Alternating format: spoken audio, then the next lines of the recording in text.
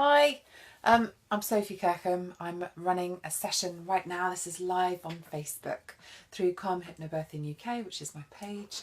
I want to talk about 5 ways that you can get ready now for a positive birth experience. So what we're looking for is positive outcomes and experience of birthing your baby that you look back on with positive feelings. So I'm just going live at 2 o'clock, waiting to see if anybody's joining in live today. Often what people do is they watch this back over later. Okay, so 5 things. So the 5 things that I thought we would talk about are fears and anxieties and breathing. Hi, thanks for joining. Eating and drinking and the natural onset of labour, and brains, using the system of benefits, risks, alternatives, looking for what your intuition's telling you to do, not doing anything and just waiting and smiling through the process. Okay, so number 5 would be preparing and visiting and checking places out. Okay. So, for this went really well. Maybe you could make some notes if you're pregnant or you're a birth partner in the making, whether you're birthing at home, whether you're birthing at a birth centre, whether you're birthing on a labour ward, delivery suite, all of this stuff applies. So hypnobirthing is about managing your state. It's about listening to hypnosis, working with a hypnotherapist often, and coaching women and their birth partners to be ready for a positive birth experience. So, fears, anxieties, apprehensions, worries, niggles, doubts. Okay, so here's my tip. Here's what I suggest that you have a go at. Write a little list of everything that's bugging you, that's worrying you, that's a concern for you.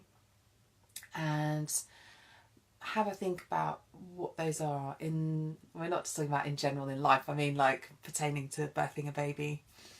And what are those concerns? What are those niggling doubts? Then ask yourself, what is my evidence to support that fear or that bit of apprehension, that worry, that doubt? Hi, thanks for joining. It's a really useful exercise because what it's doing is creating a bit of a basis. All of us have got fears and concerns about stuff, and I think it happens to generally boil down to you caring. You know, you want a positive and you want a calm and you want a confident experience birthing your baby so that you have an easier start to parenthood. That's what I'm all about. That's what I work for. I work to empower women so that they have a confident start to birthing and parenting and onwards. Okay, so it doesn't turn into some kind of needless incident that takes a long time to get over, which is one of my arguments for taking a hypnobirthing course in the first place. A lot of people say, oh, well, it's quite expensive. Yeah, you're paying somebody for their time and their training and a venue hire and stuff like this. But actually taking a hypnobirthing course is a really useful way of working through this stuff with somebody who's got referencing to birth and, you know, what can support you no matter what kind of birth you're looking forward to. So maybe you're looking forward to a water birth. Maybe you're looking forward to a birth surrounded by loads of mates and lots of sisters and mums, or maybe something quite solitary, just you and your partner. Hi, thanks for joining. Just working on maybe the first tip, which is make a list of your fears and your worries, your doubts, and then looking for your evidence to support those things, and whether it's worth being concerned about it or whether it's not.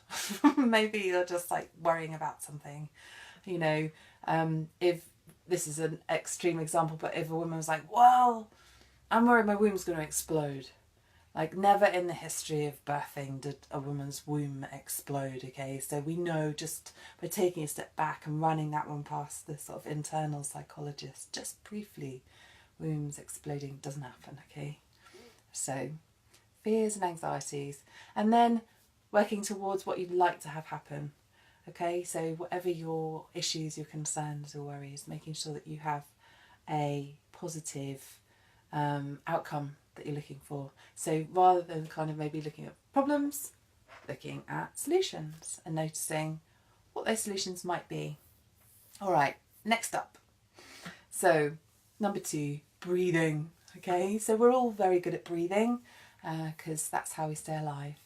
And managing the sensations of labour, managing birthing, using breath is ace. And now some people might go, oh, it's rubbish. You need loads more than that. Well, do you? Okay, so it's kind of like, it's a very strong, powerful sensation, a surge of the womb, and breathing helps. And it's a really controlled and focused breath, you know, and it's really just focusing purely on your breath to manage the sensation, to make life easier for you and your baby, to make that birthing easier. You breathe in and you're fueling your body with the oxygen that your body needs to bring your baby the oxygen that he or she needs as well. As you breathe out, you could imagine that you're blowing something out. Something that I find really useful when I think about the breathing practice is putting my hand onto my abdomen, which you can't see me doing because of where the camera is. Putting your hand just underneath your ribs, and then as you breathe in and breathe out, you'll be able to feel your hand moving, or you could make, this is all a bit over the place, you can move your hand and you can feel your hand moving up as you breathe in, as you expand and really breathe into the whole of your lungs and your tummy, and then releasing and relaxing on the one that you let go of. Okay, so we've got number 1, address your fears and your concerns. Look for evidence to support them. Be outcome focused. Don't be problem focused. Be outcome focused. What would you like to have happen? How can you make that happen? Number 2, breathing. Work with your breath. Practice with it. Number 3, eating, drinking, and the natural onset of labour. So, eating and drinking in labour matter. I think there was a funny time when women were told not to eat during their labours and to only drink to thirst. Okay, so you're burning up, a pregnant woman, when she's birthing her kid, is burning up about half a marathon's worth of calories, say let's 8,000-10,000 calories, okay? If you were going to go and do something that physically demanding, that was that sort of calorific, you would definitely eat and hydrate. And the great thing about eating and hydrating during birthing, during labour, and eating well during pregnancy is that you're fueling your muscles, you're giving your muscles what they need. You're giving them all the minerals, the vitamins that they need to work efficiently and effectively. And so even if in early labour you know a woman finds that she feels a bit nauseous, I think it's really worth just really trying to keep taking a little bit of food on and hydrate. Things that I think works really well. I'm back, sorry. There was a pause there because of some gremlin in the matrix. Okay, so eating and drinking, natural onset of labour. That threw me now, but the Wi-Fi blipped in and out.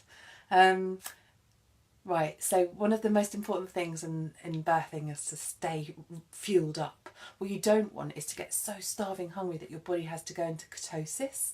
Ketosis is when the body's using its own fat reserves to manage. That's not what we want at all. And so please, please, please have a plan of action.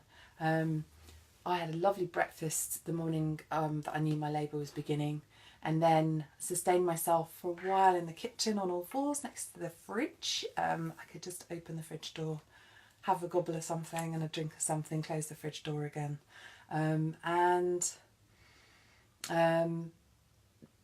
When we got to, I birthed on a labour ward, I had a thermos of pea and ham soup. I don't know why that took my fancy, but it's quite salty, it's pretty nutritious, and a few sips of that between surges seemed to tide me over. And hydrating drinks, that's where I was before the Wi-Fi dipped out. Diorolite, so the rehydration salts that you can buy at the supermarket, at the pharmacy, those mixed in with water and a bit of juice in a bottle,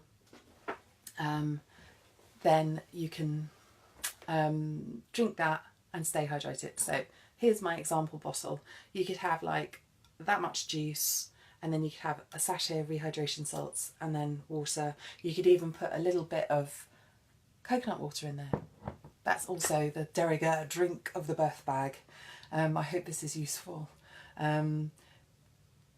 Drink, drink, drink. It's easy to get caught out on hydration.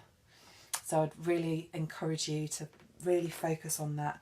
Any dryness in the mouth, any dry lips, the fact that you haven't peed for a while, they're indicators. Please stay hydrated. It's going to make for a much better body that's strong and can really work to its best ability.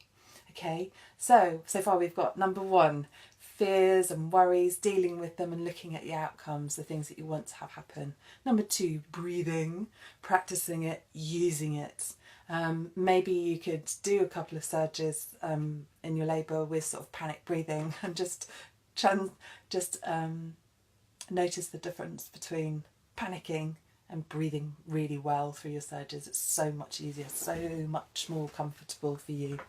Okay, and 3 was eating, drinking, stay hydrated, and natural onset of labour. So that's waiting to go into labour naturally rather than worrying that the baby's late and it needs to be induced. So this is something I feel quite passionate about, that the kind of inducement of labour should only be used if there's a medical urgency. Rather than people being told, oh, your baby's late, and then being threatened with all kinds of stuff that really we don't have the evidence to support those threats. Lots of women all over the planet have babies any time between 37 and 43 weeks, loads of them. Only 4% of babies come on the estimated due date or the day before it or the day after it. Hi, thanks for joining, whoever you are. And so one of the best ways to sort of guarantee a sort of more straightforward labour is going to be natural onset, so just waiting for the baby to come. If you did get to a longer pregnancy, you know, if you went to 41 weeks or 42 weeks, you can go and be checked by your midwives every day. They're happy to see you, they're happy to look after you, they're happy to check everything's lovely, and it's your decision what you do. You don't have to have a sort of artificial inducement of labour unless you really feel that it's what's right for you and your baby, and it isn't the easiest ride in the world. But if you were about to go into labour anyway, then it might only take a little bit of induction or inducement. Okay, so 4th useful thing is use your brain. So if there are any decisions to be made, if your birthing takes a slightly different twist or turn from where you thought it might, then what about running these questions through your head? And I should have printed this off for you, but brains. So if you wrote BRAINS down a sheet of paper, B is for benefits, R is for risk, A is for alternatives, I is for intuition, N is for nothing, S is for smile. Brains. It's about what's the benefit of what I'm being offered? What's the risk of what I'm being offered? What are the alternatives? What does my instinct or my intuition tell me? Because the woman is the one birthing, the woman is the one with the baby, the woman is the one who has the intuitive knowledge of what's happening in her body. And it's really great when women are heard. It's definitely a big factor, I think, in women feeling supported and looked after really well during their labours and their births, is when they feel heard. And then N is for nothing, do nothing. So N is for just wait. You know, is mum okay? Is baby okay? Yes. So why do we need to rush this? And S is for smile. Say it with a smile. Staying in your parasympathetic state, staying in your calm state, because that is where your body can make the chemicals that run, those hormones that run your womb and run your surges, and that avoids the stress and slowing things down. Okay? And S. Oh, say it with a smile. S I've done. Okay? So recapping one more time. 1, fears, anxiety, and become outcome focused. 2, breathing, practicing using your breath during your surges really makes a difference. And how about trying a smile after every surge as well? So after every surge, just smiling and being like, yeah, nailed it. Give me some more. 3, eating, drinking, waiting for the natural onset of labour. Carrying on eating, carrying on drinking, and, you know, that's so vital. 4, brains, benefits, risks, alternatives. What does your instinct tell you to do? What if you do nothing? N, S, say it with a smile. Okay, and finally, what I wanted to share today was ideas about preparation. So if we say that birth is one of those things that we cannot predict, every woman's different, every birth is different, and a woman approaching her birth from that sense of, you know, confidence and knowing that she's ready and she feels ready, and a birth partner who equally understands what is going to really support her and how useful they can be, matters. So if you've got a birth partner, then I'd suggest that you go and research the place that you're going to birth your baby in, unless you're staying at home, of course. Go and visit it, check it out. Quite a lot of birth centres, especially where I am in South London, they'll run a session when you're about 37, 38 weeks pregnant, where you can go in and talk to the midwives and just have a look around one of their birthing rooms. If you're birthing on a labour ward, that's an opportunity that you can have as well. Just make sure you've popped in and had a look around. I really think there's a bit of risk involved in just winging it and turning up somewhere. I would much prefer myself to know the place and understand how to get there and where to park and what kind of costs are involved. Like, are you going to have to pay for parking? Hi, thanks for joining. I'm just getting to number 5 on my list, which is preparation. So do a reconnaissance trip of the place that you're going to go and birth your baby at. And the person that you're with, take them with you on this reconnaissance mission. Have a route A there and a route B as well, so that you know when it comes to time to go to birth your baby that you've got a sort of option should there be road closure or something. So you can get there in a nice short time frame. Have some birth preferences as well. So one of the opportunities you've got when you go to visit somewhere, to a birth centre or a labour ward, is to just find out, just say, look, in a normal healthy average pregnancy, if a woman comes in and she's surging brilliantly, she's been labouring at home and she's kind of dominoed her way in, so she's maybe having her 4 surges in 10 minutes and she's been having that for an hour or so, then what's their normal protocol? How do they normally look after her? And hopefully they'll say, well, whatever she would like us to support her with, right? And have a kind of birth preferences document that would be really useful for you, which says the important things that matter to you. Hypnobirthers are going to talk about gentle, positive language. They're going to want people to refer to the women in kind, compassionate, loving, safe ways. They don't want women being threatened with timelines. They don't want women to be scared. It's really important that we nurture them and look after them and support them so that they just feel brilliantly strong and confident and can work their way through their labour. And listen, no matter how a baby's born, right, no matter how, whether it's out the sunroof or the cat flap, as in out the tummy or the vagina, it's still important. All this stuff matters, because although our bodies are amazing and women's bodies can grow new human beings and women are powerful and strong, sometimes it takes birthing a baby to really truly believe that. And I want you to know that you are strong and that you can do it. And I'm also interested in birth partners being clued up and not freezing and going, don't know what to do.